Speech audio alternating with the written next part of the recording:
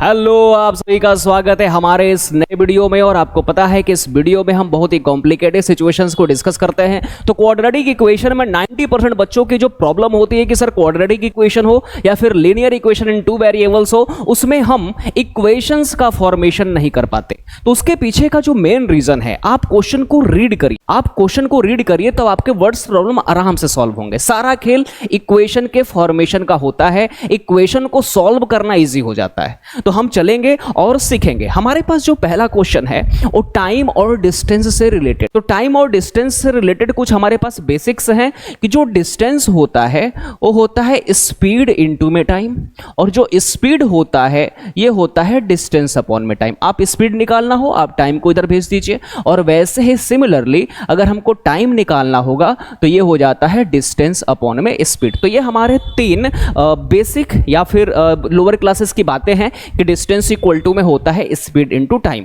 अब चलते हैं हमारे क्वेश्चन की तरफ। आपका अप्रोच क्या होना चाहिए? आप क्वेश्चन को रीड करिए, जो भी इंफॉर्मेशन आपको दिखे उसे लिख लीजिए। तो हम पहली लाइन को पढ़ते हैं। और train travels at a certain average speed. आप एक काम करिए, आप उस स्पीड को नहीं जानते, किस स्पीड से जाता है हम नहीं जानते, लेकिन हम उसको क्या मान लेते हैं, एक्स।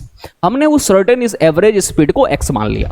अब इसके बाद रीड करते हैं। For a distance of 3 kilometre, हमको एक इंफॉर्मेशन दे दिया कि जो हमारा D1 है ये है 63 किलोमीटर, एंड देन ट्रेवल्स और डिस्टेंस ऑफ 72 किलोमीटर, और जो हमारा डिस्टेंस 2 है ये है 72 किलोमीटर का, at an average speed of 6 kilometre per hour more than the original speed. मतलब कि अगर वो पहले x किलोमीटर पर आवर से ट्रेवल कर रही थी ट्रेन, तो अब x प्लस 6 पर आवर के स्पीड से क्या करेगी, ट्रेवल करेगी। तो इस पर्टिकुलर डिस्टेंस को वो कवर करेगी स्पीड 2 से, और स्पीड 2 हो जाएगा x प्लस में 6, क्योंकि पहले x था उसी में हमने 6 जोड़ दिया। तो जो हमारा इस समय का स्पीड है, जो डिस्टेंस 2 को कवर करने के लिए स्पीड है, वो है x प्लस 6। अब हम अगर निकालना चाहें यहां से t1, हम यहां से बात करें अगर t1 की, तो t1 हो जाएगा डिस्टेंस 1 अपॉन में स्पीड 1।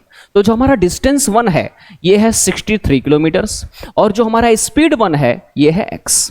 मैं अगर बात करूं टाइम 2 की, तो ये निकल करके आएगा डिस्टेंस 2 अपॉन में स्पीड 2। एक बात बताइए, डिस्टेंस 2 कितना ट्रेवल कर रही है, 72 किलोमीटर। किस स्पीड से, x प्लस 6 से। अब हमको एक बात बताइए, इसके बाद रीड करते हैं कि उसने क्या बोला है कि if it takes 3 hours to complete, अगर वो ट्रेन पूरे जर्नी को कंप्लीट करते हैं 3 आवर्स, मतलब यहां से हम एक कंक्लूजन और देख सकते हैं कि T1 को T2 में जब हम ऐड करेंगे, T1 को जब हम T2 में ऐड करेंगे तो हमको मिल जाएगा 3। अब T1 हमारे पास है 63 अपॉन में x, और T2 हमारे पास है 72 अपॉन में x प्लस 6 इक्वल टू 3, और 3 को हम लिख सकते हैं 3 अपॉन में। एक बात बताइए, क्या हम 3 से, इन सब में से 3 को कॉमन ले लीजिए, या फिर 3 से आप डायरेक्टली काट लीजिए। कैसे कटेगा भाई, 21 टाइम्स में। वैसे ही 72 कितनी टाइम्स में कटेगा, तो 24 टाइम्स में। तो अब ये इक्वेशन बन गया 21 अपॉन में x, 24 अपॉन में x प्लस 6, और इधर हम लिख सकते हैं 1 अपॉन में 1। अगर हम यहां से देखें तो हमको जो एलसीएम मिलेगा वो मिलेगा x इंटू एक्स प्लस। अब इसको सॉल्व करने जाएंगे तो x से x एलिमिनेट हो जाएगा, बचेगा x से x एलिमिनेट हो जाएगा, बचेगा x प्लस 6, और x प्लस 6 का मल्टीप्लीकेशन 21 से। x प्लस 6 से x प्लस 6 एलिमिनेट हो जाएगा, बचेगा x, और x का मल्टीप्लीकेशन 24 से, तो ये हो जाएगा 24x इक्वल टू में 1 अपॉन में 1, या फिर 1 ही रहने दीजिए। अब हम देखते हैं यहाँ पे 21 इंटू में x, ये हो जाएगा 21x, 6 1 जा 6, और ये हो जाएगा 126 प्लस में 24x upon x square plus में इक्वल टू में हम इसको लिख लेंगे 1 अपॉन 1। अब एक बात बताइए, 21x में हम 24x जोड़ेंगे, ये निकल करके आ जाएगा 45x। हमारे पास और क्या है, 126 अपॉन में x स्क्वायर प्लस में 6x इक्वल टू में 1 अपॉन 1। अब आप क्या कर लिए भैया, क्रॉस मल्टीप्लीकेशन, हाई गुणा होगा इससे, हाई गुणा होगा इससे। तो हम अगर हम गुणा करेंगे तो ये बन जाएगा x स्क्वायर प्लस में 6x इक्वल टू 45 प्लस में 126। आप एक काम करिए, सबको फेंकिए उधर, जो भी RHS में आपको दिख रहा है इधर फेंक दीजिए उठा करके। जब आप इधर फेंकना शुरू करेंगे तो हो जाएगा x स्क्वायर x माइनस का 45x, और ये हो जाएगा माइनस का 126 इक्वल टू 0। अब आपको जो इक्वेशन बनता हुआ दिखेगा एक्स स्क्वायर माइनस का 39x माइनस का 126 इक्वल टू में 0। अब हमारे पास स्पेस नहीं है तो हम चलेंगे नेक्स्ट स्लाइड। हमारा जो इक्वेशन बना हुआ है एक्स स्क्वायर माइनस का 39x और माइनस का 126 इक्वल टू 0 कैसे सॉल्व करते हैं? हमको पता है एक्स स्क्वायर का कोफिशिएंट कुछ भी नहीं है तो 1 है।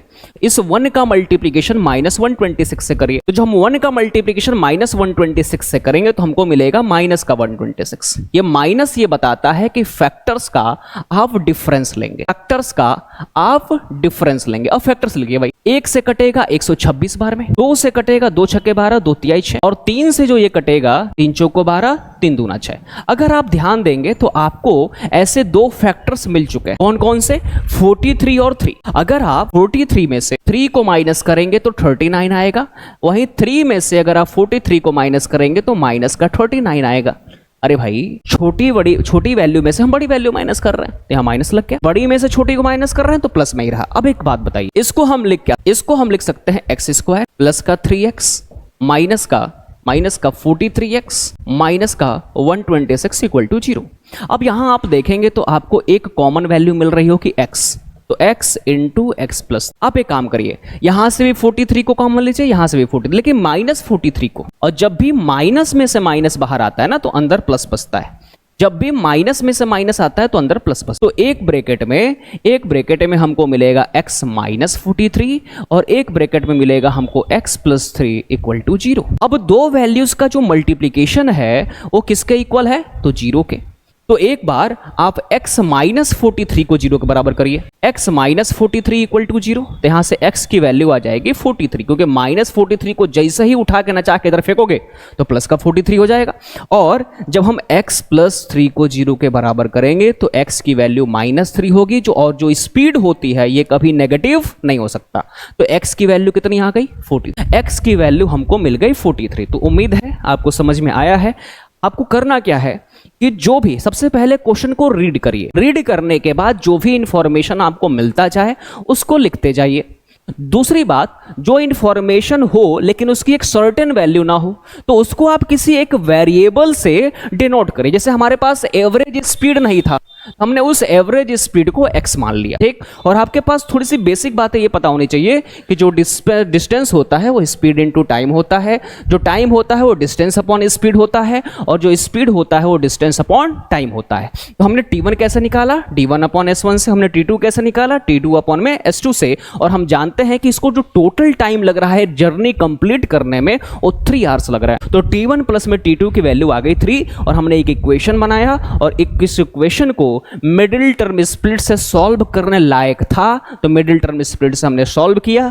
एक x की वैल्यू नेगेटिव आई, एक x की वैल्यू पॉजिटिव आई, और हमको पता है कि कभी भी स्पीड नेगेटिव नहीं हो सकती क्योंकि स्पीड एक स्केलर क्वांटिटी होता है, ठीक है भाई। तो उम्मीद है आपको समझ में आया है। जरूर इसको नोट करिए, और चैनल पे अगर आप नए हैं तो चैनल को जरूर शेयर करिए, सब्सक्राइब करिए, और ऐसे ही आते रहिए। बहुत बहुत धन्यवाद, नमस्कार। ऐसे ही सीखते रहेंगे, सिखाते रहेंगे। बहुत बहुत धन्यवाद।